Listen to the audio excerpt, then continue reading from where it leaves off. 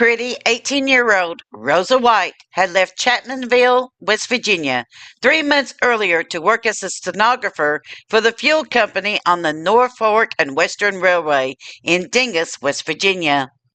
Not only was she pretty, but she came from a well-to-do family in Logan County and was popular in the community. She came home for Christmas break to visit with her family. It would later be discovered that she was pregnant and soon to give birth. She stepped out to go visit her neighbor's home on the night of December 16th, 1904, to never again return. What happened to Rosa that fateful night would not only shock the community, but the nation. Come along with us as we walk through the tragic death of an 18-year-old beauty named Rosa White. All aboard the Kentucky-Tennessee Living Time Machine as we walk through the story of Murdered in the Appalachian Snow, the story of Rosa White. Please fasten your seatbelts and keep your arms and legs inside of the vehicle at all times. But to get going, we need your help. We still need to fire up that time machine to transport us. Please help us by clicking on the like, subscribe, and bell notification buttons down below. Not only does this fire up the time machine for our flight back in time, but it convinces the YouTube algorithm that we need a bigger vehicle to reach more people who love history as much as you do. Now, back to our story. Who was Rosa White? This is the information that we can confirm. Rosa White grew up in Logan County, West Virginia. We estimated that she was born sometime in the year 1886. And from the newspaper accounts, her father's name was Harlan White, and in other sources he is named Henry White. We do have an account, according to the Alexandria Gazette, as to why she was staying with her family. Quote, Miss White, the murdered girl, had returned to her home from Dingus 2 days before she was murdered, having come to spend the holidays with her parents. She had for 3 months been a stenographer for the fuel company on the Norfolk and Western Railway, and was a young woman generally liked and admired, unquote. She had come home that December to spend time with her family during the holidays. Most shockingly to the community was that Rosa was pregnant and, according to the autopsy, was soon to give birth. And it is perhaps because of her condition that she went to the new town to find employment. This was not that uncommon back during that time for a prominent young lady to be in trouble, to leave the area, give birth, and then come back with their, quote, adopted, unquote, child. Dingus is located in Mingo County, West Virginia. It is estimated that an hour before dark on the evening of December 16th, 1904, Rosa White left her parents' home to walk to a neighbor's home, which was half a mile away. During this walk, she met with someone who took her life near Crawley's Creek. And this basically is all of the known information about Rosa White. The crime scene. Now, this is not for the faint of heart. If crime scenes are not your thing, please skip to the next section of this story. Rosa left her parents' home an hour before dark to see a neighbor that lived half a mile away from her parents' home. She never returned. It did not take long for the White family to become concerned as to where she was. At first, they thought she might have stayed the night at the neighbor's home. When she did not return early the next morning, the family began to look for Rosa. To get to the neighbor's home, Rosa had to walk along a lonely mountain road. There was no heavy snow on the ground. Henry, or Harlan, began to follow the snowy footprints of his daughter to try to find her. Less than a fourth of a mile away from the White home and 50 yards away from the mountain road, Rosa's body was discovered by her father. According to the Alexandria Gazette, quote, her throat was cut from ear to ear, her skull was crushed, and her body badly bruised. The murderer could not have been more fiendish in the commission of his crime, as almost any one of the half a dozen wounds inflicted would have proven fatal. On the snow-covered ground, near the dead body, lay the blood-stained razor which the villain had used on his victim. On this razor were the initials of Fred Stanton, the man now in jail charged with the murder. A new hinge or clinching iron, similar to the one of a pair bought by Stratton at a store near Mrs. White's store, was also found, this being the weapon used in crushing the girl's skull. The footprints on the ground were those made by a number 8 shoe, the size worn by Stratton. Unquote. We have a better description of those injuries from another newspaper article. These injuries would line up with several of the newspapers that said the blood on the scene extended for several yards across.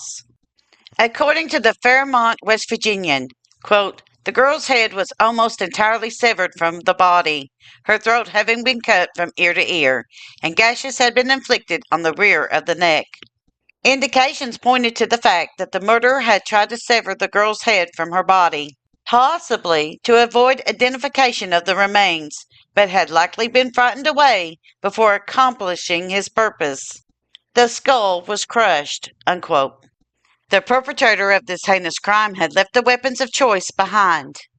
According to the Bluefield Daily Telegraph, quote, the clinching iron, found on the dead girl's feet, was identified as having been taken from the blacksmith's shop on his, Fred Stratton's father's farm, and that the razor found on the scene contained the initials by an intimate friend as one which had been kept in the Stratton home for years.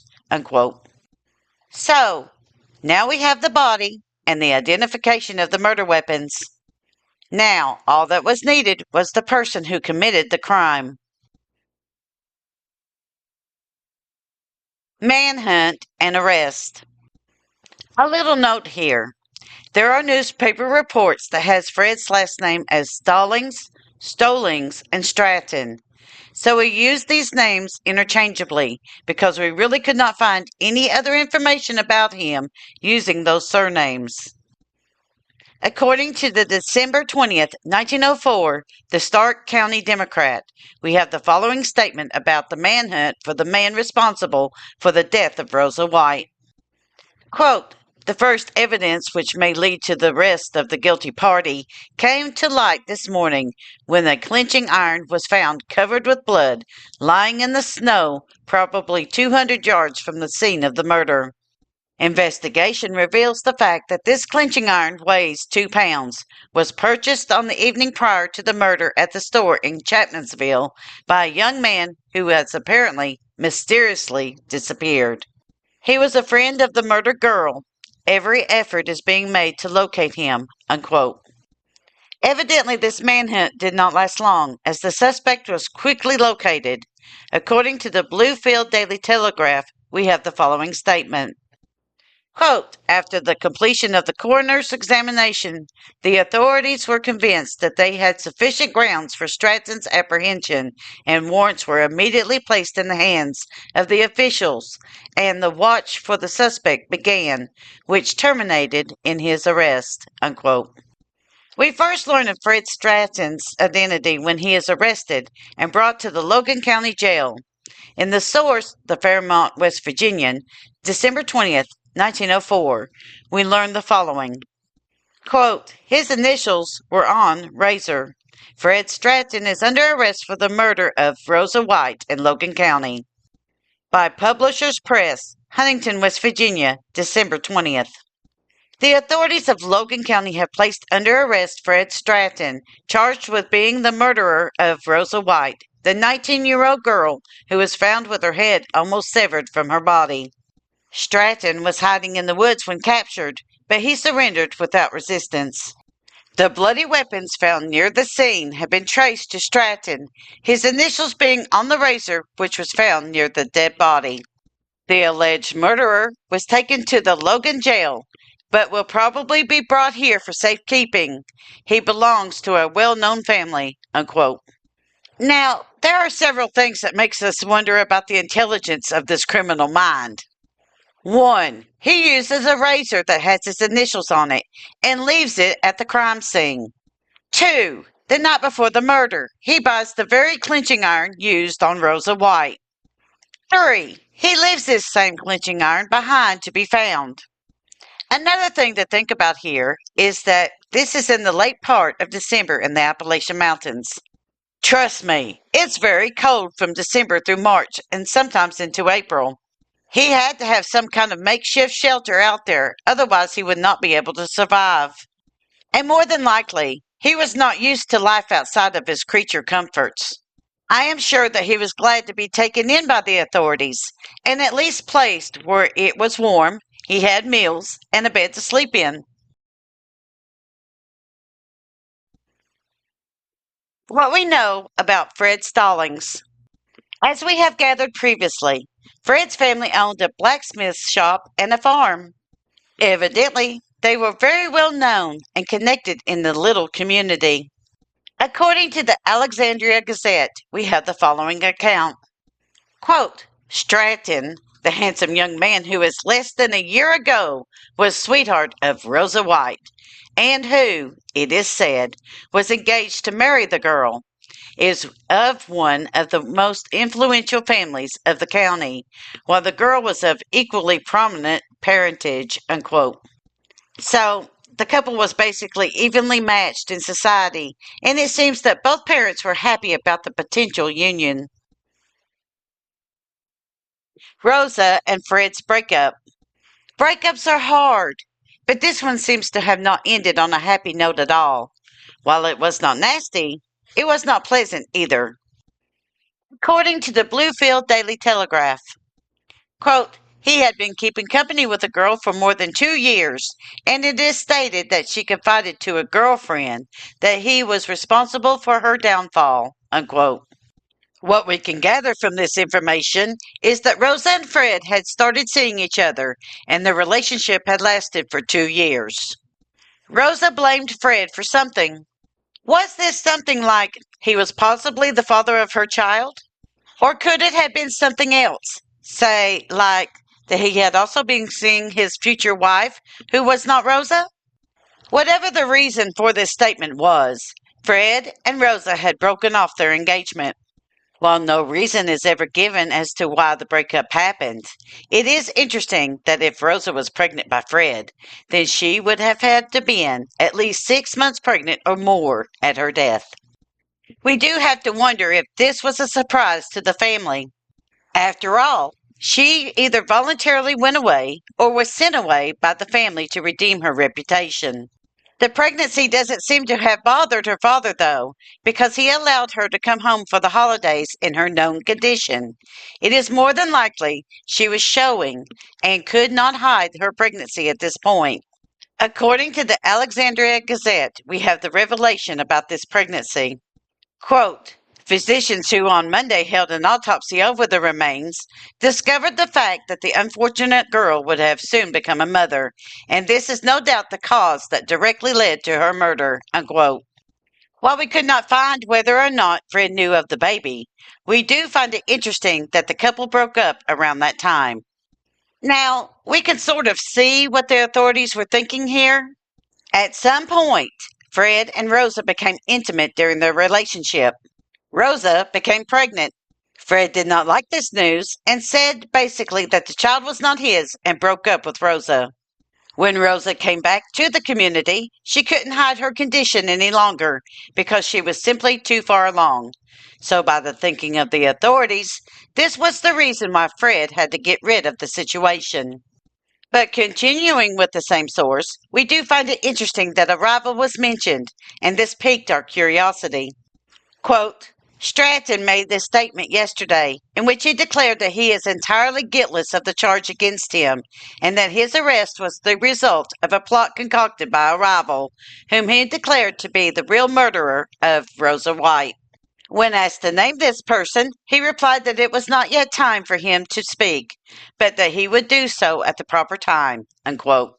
Did Fred have cause to think that the child was not his? And would this child prove to be the motive?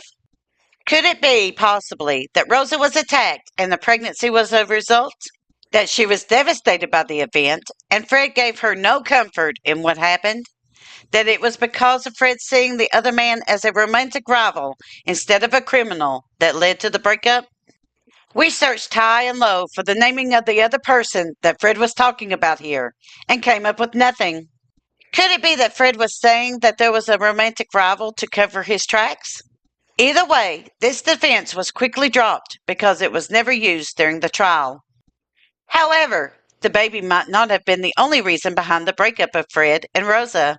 We find out from the source, the Fairmont, West Virginian, that, quote, owing to the fact that Floyd Stallings married only 4 months before, unquote. Whoa! Hold the phone! You mean to tell us that here Fred was in a committed relationship with Rosa, and just 2 months after his breakup with her, he goes and marries another woman? That seems suspicious. Was he seeing the other lady while he was also seeing Rosa? We don't know, but it is wild that he married the other lady shortly after his breakup of a 2-year relationship. A coroner's inquest. Before the trial, it was common for a coroner to hold an inquest to determine if charges should be filed or not. We have found the results of the inquest in the Big Sandy News. Quote, as a sequel to the awful murder committed near Chapmanville, Logan County, West Virginia, Friday night, Fred Stanton, the son of one of the wealthiest merchants in Guyan Valley, was arrested, charged with the crime. He denied all knowledge of the crime, but an unbreakable chain of evidence brands him as the murderer of pretty Rosa White. At the inquest, it developed that Stratton had made an appointment to meet the murdered girl at the home of his brother, which is less than a mile from the spot where the frightful tragedy occurred. On the evening the young girl disappeared, he told his mother that he was going to Nestor's store, 2 miles away, to get a set of gate hinges. He returned late at night and stated at breakfast next morning that there were no hinges at the store, unquote. Because of the evidence presented, Fred would not be the only Stallings sitting in Logan jail. His brother, Ballard Stalling, and Ballard's unnamed wife would also be there and await their trial. We tried finding out what happened to Ballard and his wife and why they were named as accomplices, but could find no documentation at this time concerning the matter. Picking the jury. Oh man, this was not a good thing at all. Logan County was seriously having major trouble finding 12 men willing to hear everything concerning this case and rendering a just verdict because the temperature of Logan County was hot against Stalling. According to the Fairmont, West Virginian, we read the following. Quote, the day was spent in effort to secure a jury, but at 5 o'clock only 9 of the 12 had been selected. Of 45 citizens examined, 40 had made up their minds as to guilt or innocence of the prisoner, while 5 others were excused on the ground that they objected to capital punishment. The feeling against Stallings seems to have been on the increase, and on the streets, one often hears the expression that he ought to meet with a rope. Should violence be meted out to Floyd Stallings, there would be no surprise, and in the event that there is a failure to secure a jury, there may be a rope involved, as the populace is greatly enraged over the crime, unquote. So, it seems that Fred's excuses were not working with the people of Logan County. That there was not only a woman killed, but her unborn child as well. People in the mountains get riled up when it comes to cases like this, and it is really no surprise that the feelings of the people were very heated. The evidence. So, we have the motive. Rosa was pregnant. We have the murder weapons, a crimping iron from Stallings' home, and a razor with Fred Stanton's initials on them. We have the footprints in the snow that match the size and style of Fred's shoes. But there is more evidence that would come out against Stallings at trial. According to the Bluefield Daily Telegraph, we have the following evidence. Quote, among the exhibits of murder in the courtroom Monday were the blood-stained garments the girl wore when she met her death, a razor, a blood-stained clenching iron, and a boulder besplattered with blood. It was rumored yesterday that the state had found a witness who would testify that Stallings had been seen wearing garments covered with blood on the night the murder was committed, and that his hands, even his face, were blood-stained, unquote. Oh, this would be very hard to explain for Fred's defense team, but they do have a defense. Fred's defense. In the December 21st edition of the Alexandria Gazette, Fred did speak about where he was during the time the crime occurred. Quote, Stratton's plea will be that he was 10 miles from the scene, and responsible natives of Logan County will testify that on Friday he was not near the place where the murder occurred. If Stratton is not guilty, there is a belief that he is an accessory and that the girl, at the time that she went to the spot where her dead body was found, believed that she would see him there. Unquote. So here we go. According to Fred's defense team, he simply was not present when the crime had taken place. But wait a minute. What about the romantic rival? Well, for the man not to be mentioned or named, we have to wonder if the person even existed at all. It could have been a red herring, trying to get the charges lifted from him, or simply to claim that the child that she was carrying was not his. Again, there is no DNA evidence at that time, so it was easy for men to claim that children were not theirs back then. But we shall see if the jury buys his defense or not. The verdict. Well, it seems that the jury was not buying what Fred Stallings' defense was selling. However, they did show some mercy to the young man. According to the Big Sandy News, we have the following report. Quote, Logan, West Virginia, February 9th.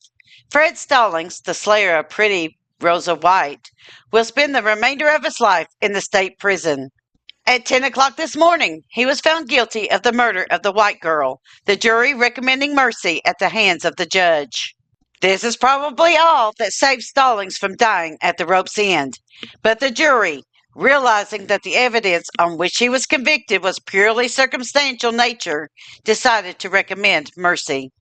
Immediately after the jury returned the verdict, Judge Wilkinson imposed the life sentence. Unquote. So it seems that Fred Stallings spent the rest of his days behind bars. We could not find any evidence that he was able to be paroled or let out of there early. We have to assume that he died there. Again, we could find no information about Rosa, Fred, Fred's wife, Ballard, or Ballard's wife in any public search that we did. We love to play devil's advocate and give everyone the benefit of the doubt because we always want everyone to make up their own minds. However, there are some cases where a cad is just a cad, no matter how high their status may be in social and economic circles. We seriously tried to give Fred Stallings the benefit of the doubt. However, sadly, there was just no way to help him weasel out of this one. What do you think? Do you think that Fred Stallings got what he deserved with the jury? Or do you think that they were too lenient with him and he should have faced capital punishment? Let us know your thoughts in the description box below. Thank you. Kentucky Tennessee Living would like to thank you for watching our video, Murdered in the Appalachian Snow, the story of Rosa White. Don't forget to hit that like button, as the more likes we receive, the more likely YouTube is to suggest our videos to other viewers. Also, to receive notice when we upload a new video, be sure to subscribe and click the bell notification buttons. We thank you for continuing to support Kentucky Tennessee Living as we are discovering the mysteries in Appalachian history.